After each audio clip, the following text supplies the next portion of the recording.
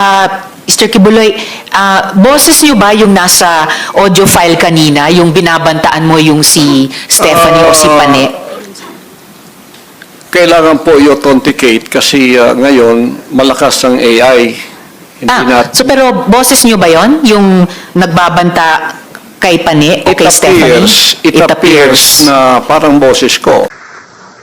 Ang makagamit sa inyo ang anak lang. Walay lain, maunay kabubuto niya. Ikaw, Pani, may number 1 niya.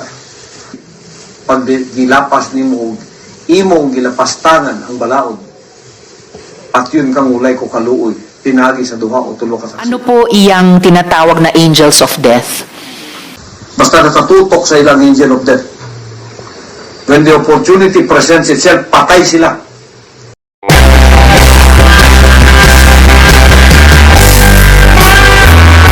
Sila, mga more or less 7 million.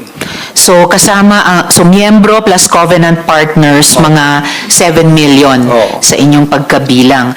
Okay, sa mga follow-up question ko po, dun sa mga testimonya na ng mga victim survivors, sinexually abuse nyo ba ang mga babae at mga menor de edad? At Wala ginamit nyo pong- ba ang relihiyon para i-sexually abuse Wala sila? pong katotohanan yung kanilang mga sinabi. Kung meron po silang mga charges na criminal laban sa akin, malaya po silang mag-file ng kaso at doon ko haharapin at sasagutin sa tamang forum sa korte ng ating lupa tulad ng kinakaharap namin ngayon. And actually, on that matter and for the record, may at least isa sa victim survivors na dati nang naghain ng kaso sa inyo dun sa Davao, kaya lang dinismiss. Kaya inappeal nila sa Department of Justice. Yun naman pong mga testimonya ni na Ms. Valdewesa at ni Julia, tinatanggi nyo ba ang mga testimonyang iyon? Tinatanggi ko po, wala pong mga katotohanan yung kanilang mga sinasabi, kundi sa aking paningin ay kabaligtaran. Ngunit hinahamon ko po silang mag-file ng kaso sapagkat ito ay mga kriminal na mga allegations. At ito ay para maging fair, ay maghain po sila ng mag-file sila ng kaso laban sa akin o kanino mang kanilang gustong mag-file laban sa mga kingdom na leaders or members because we are under the law of the Republic. Tulad po kay Masayon, yung kanyang sinabi. Pastor, i-interrupt ko muna kayo doon dahil Oo. tinatanong ko muna yung mga Yeah. testimonya ni na Ms. Valdewesa at ni Sorry Julia. po. Sorry po. Pinalimos niyo po ba yung mga bata para i-sustain ang operasyon ng KOJC at Wala. para tustusan ang inyong Wala lifestyle? po kaming mga palisiya na magpalimos ang bata. O Pero walang polisiya man, pinalimos niyo ba sila? Hindi po. Wala pong katotohanan yun. Okay. Yung mga adults po, Ganun din po. pinalimos nyo ba sila o pinayagan nyo ba silang maglimos para sa operasyon Hindi po. at lifestyle Wala pong ng KOJC? polisiyang ganon ang kingdom na magpalimos. Wala mang polisiya pero pinalimos nyo ba sila, Hindi yung po. mga adults? Hindi po. Wala pong katotohanan yun. Alright. Pinayagan nyo ba yung pang-aabuso at pag-torture sa mga miyembro nyo? Hindi Halimbawa yung parusang dry fast? Hindi rin po polisiya ng kingdom ang batas ng pagparusa ng tao ay ipapasting para mamatay. Napansin ko po, lagi kayong nagre-refer sa polisiya, pero ang tinatanong ko po ay yung practice. Practice. So, pinaabuso nyo ba, pinatotorture nyo ba yung mga miyembro nyo? Pinapa-dry fast nyo ba sila? Sa freedom of religion po natin, meron tayong separation of church and state. At tulad ng sinabi ko, yung fasting ay voluntary kung tatanggapin mo. Hindi po ipinipilit. Alright. Kayo ba yung nakaisip nung modus na piliting magpakasal yung mga miyembro nyo na hindi naman magkarelasyon para manatili sila sa ibang bansa? Sino pong nakaisip nun, nung modus na yon? Because this is under the investigation already, I invoke my right to remain silent on this issue. Alright. Quickly lang po kay Ate Gingging, yung dry fast po ba, voluntary ba ito? No, for sure. No. Alright. Salamat It po. was an instruction. Instruction. So, hindi siya voluntaryo, instruction or utos siya. Alright. Salamat po. Mr. Kibuloy, boses niyo ba yung nasa audio file kanina, yung binabantaan mo yung si Stephanie o si Pane? Kailangan po i-authenticate kasi ngayon malakas ang AI. So pero boses niyo ba yon yung nagbabanta kay Pane o kay Stephanie? It appears na parang boses ko. Pero hindi Alright. ko po ma-authenticate kasi ngayong panahon na to, malakas ang AI. I-implement po natin. Anong una-hulaan ninyo na ba? Pakalaluman ninyo ang panguna-huna ninyo sa ministry na ako. May pamilya mo, ikaw pa rin, may inahan ka rin, may isuon ka, katong isuon ni mo. Pati lang imo isuon sa gawas. Kung doon natanan, wala ibili na na. Hindi na kalalumang commitment na ito rin. Kung nag-communicate mong lalaki, pagkatapos mag-report mo sa kuwa rin. Sampang niya mo sa akong balay, ang gusto na ako rin, may yung tumanon. Dili mo pwedeng mutuman diri sa gusto ninyo nga dili na ako gusto. Kapuyon kung magyud ang animal anak putang satanas diri ba? Naibog ko ng mga Moros, ng mga Muslim. Na yung mga babae sila magpa-prostitute sa ilang mga warriors. Para mawala ang stress. Sino po si Stephanie Ibarra? Sino po si Pane? Isa po sa mga manggagawa. Manggagawa. Ano po yung relationship o relasyon nyo kay Pane o Stephanie Ibarra? Isa pong manggagawa. Isang manggagawa. Pero hindi ba totoo na kinupkup nyo siya, kinuha nyo sa inyong pag-aalaga nung siya ay 2 years old pa lamang? With this issue po kay Pane, I invoke my right din to remain silent. Alright. So, pero sa pagkaalam po namin, inalagaan nyo siya nung bata pa lamang siya. So, parang naging tatay kayo ni Stephanie o Pane Ibarra. Tama po ba? I invoke my right to remain silent Invoke. po sa issue na yan. Okay. Kasi sa audio file naman po, sa kabila nung sa pagkaalam ay kinupkup nyo siya nung 2 years old pa lamang, bata pa lang siya na parang naging tatay kayo niya. Pero sa audio file, bakit parang asawa? Asawa nyo kung ituring itong si Stephanie o Pane. I invoke my right to remain silent on that Alright. issue rin po. Ngayon po, kino-confirm nyo po ba na meron kayong isang hukbo o private army sa inyong disposal? At ano po iyang tinatawag na angels of death? Yan po ay kasinungalingan. Basta nakatutok sa ilang angel of death. When the opportunity presents itself, patay sila. Pila nakapastoral lang naigo nga tapad sa kuwa. Iya pa ninyo. Di man niya ko mapasakitan, membro-membro lang. Pagka nakik-contact kag lalaki diha, nakik-sex ka na sa iya. Yatag mo na mong kaugalingon sa iya. Pag sa internet, nag I love you ka na, yatag mo na mong kaugalingon sa iya. Dato ko, nagsaliko sa imo, yatag na akong gugman ako sa imo, gitraidor ko nimo. Driver, gitraidor ko nimo. Kung sa'yo akong buhaton. Dato ko, para mabawi akong dungo kung sa'yo akong buhaton. Ikaw ugang driver, patyon ta ka. Siguraduhin na ako, mamatay mo doon. Dito pa ako makabawi sa akong dungo.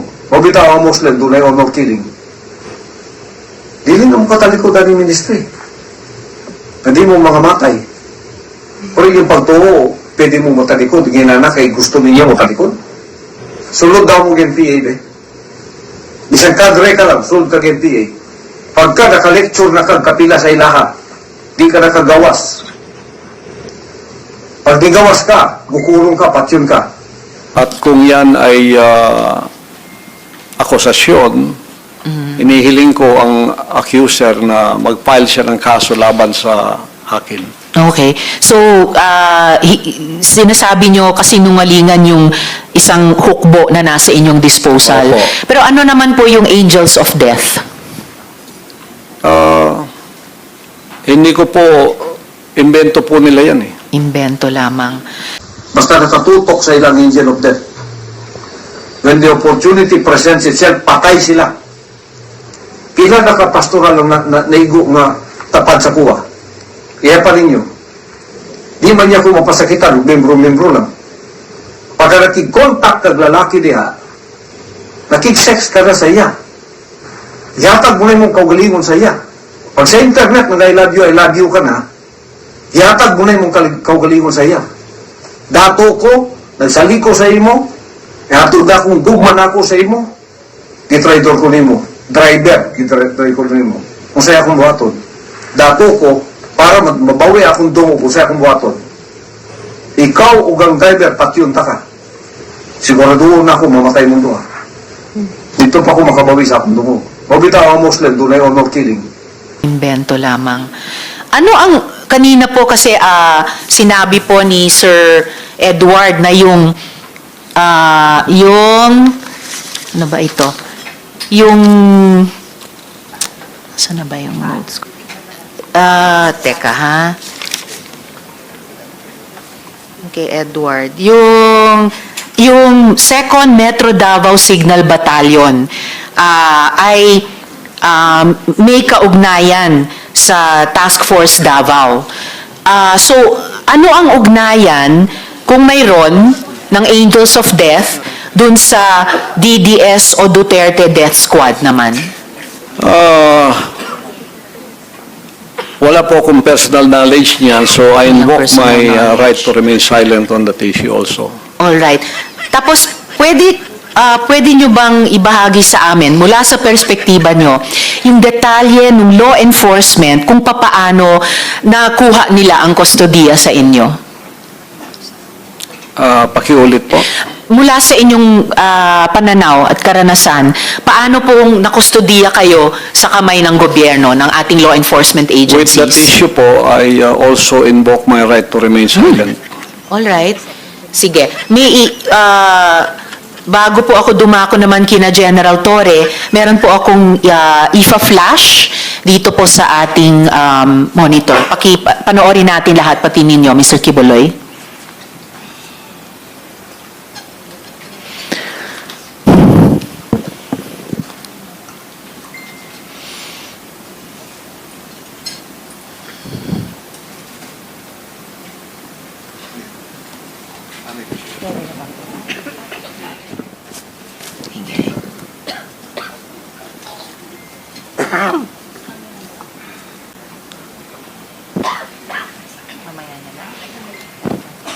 Inaayos lang po yung pag-flash natin dito.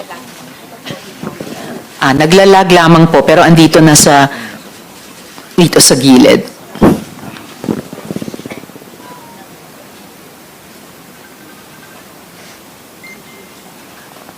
Meron pa lang ako nakikitang pamagat ng event na closing ceremony. Okay. Welcome, closing ceremony. Military orientation training.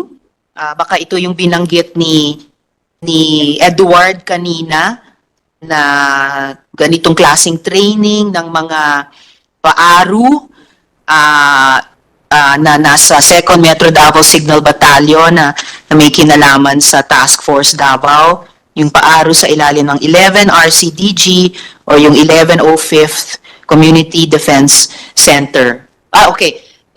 Edward, alam nyo ba itong closing ceremonies ng military orientation training na to? Madam Chair, una sa lahat, correct ko lang po yung TF-Davao, separate po yun, iba yun. Opo. Unang training po yun ng batch ng worker. Okay. Pero lately, naging pumasok na sila sa Paaro. Yun yung national. Separate po yung Task Force Davao Okay. sa Paaro. Yung Paaro nag-start 2015 po, Okay. Second Signal Battalion. Okay. Yan po yung mga lately na yan ng mga batch ng mga ng mga trainee po. Kasi hindi lang naman sa aming batch 2015 yung may training Every year nag-help po ng training. Kung mapapansin niyo po, pagkakaalam ko hindi pa Brigadier General po si Buloy nung time na yan, nung time namin. Parang bago lang tayo naging Brigadier General sa reserve unit. Yes, na nakikita natin sa litrato na natakpan lang ng pagbilog sa kanila, pero BGen, Pastor Apollo C, na I suppose Kibuloy. Apo. Pwede nyo bang i-confirm ito, Mr. Kibuloy?